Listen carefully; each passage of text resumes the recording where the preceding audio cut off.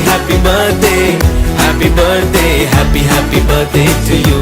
I wish you happy birthday, happy birthday, happy birthday to you. Hello guys, welcome back to my channel లేకుల్ teacher. నేను మీరు ఎలా ఉన్నారండి?